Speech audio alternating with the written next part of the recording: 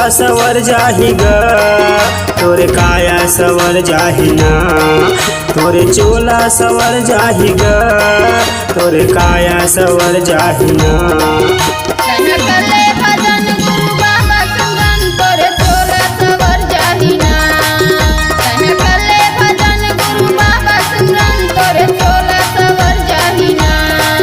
तोरे चोला सवर जाही ग तोरे काया सवर जाही ना।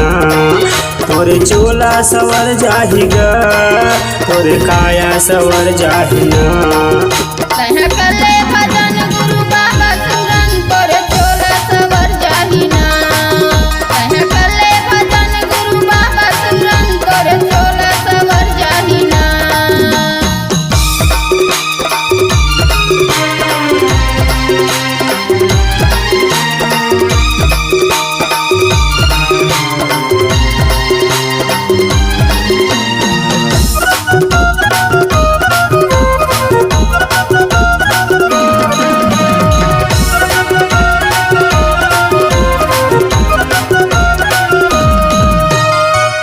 हवा तैया के लजावे जाए के बेर काला घोरावे। मुट्ठी बांधे आए जग हाथ पसारे जावे जाए के बेर ये काले के जावे।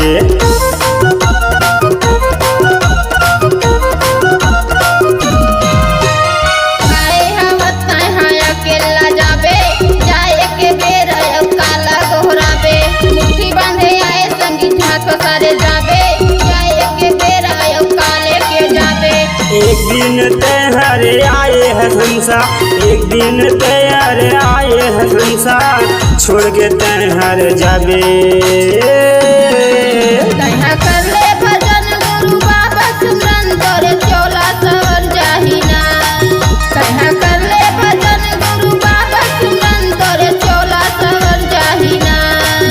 तोरे चोला सवर जाही ग तोरे काया सवर जाही ना।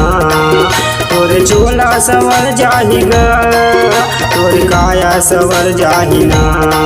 तह कर ले भजन गुरु बाबा सुमर तोरे चोला सवर जाही ना। तह कर ले भजन गुरु बाबा सुमर तोरे चोला सवर जाही ना।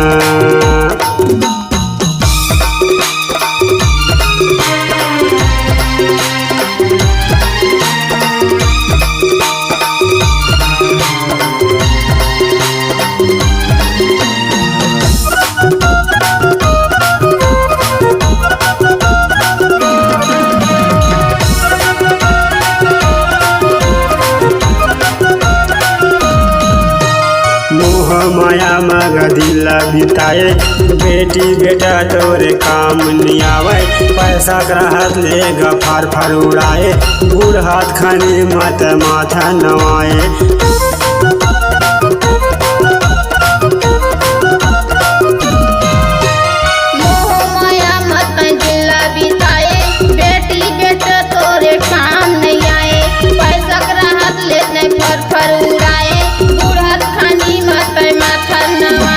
एक दिन तैयार आए है हंसा एक दिन तैयार आए है हंसा छोड़ के तैयार जाबे।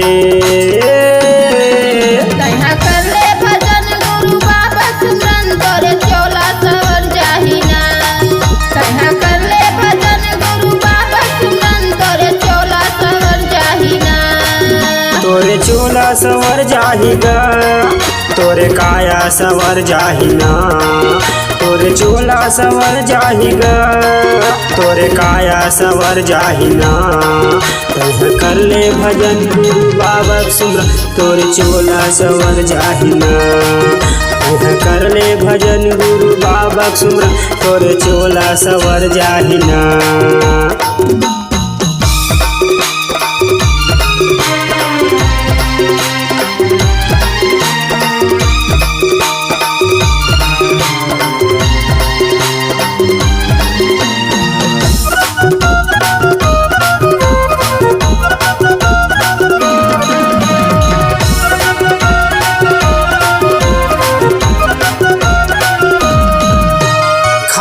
हवा बहावत हैं कई जीव के मासू, अब का बरोवत है छह आंसू। बतर नीला गपार न काही, गुरु बहगा फंदल छोड़ाही।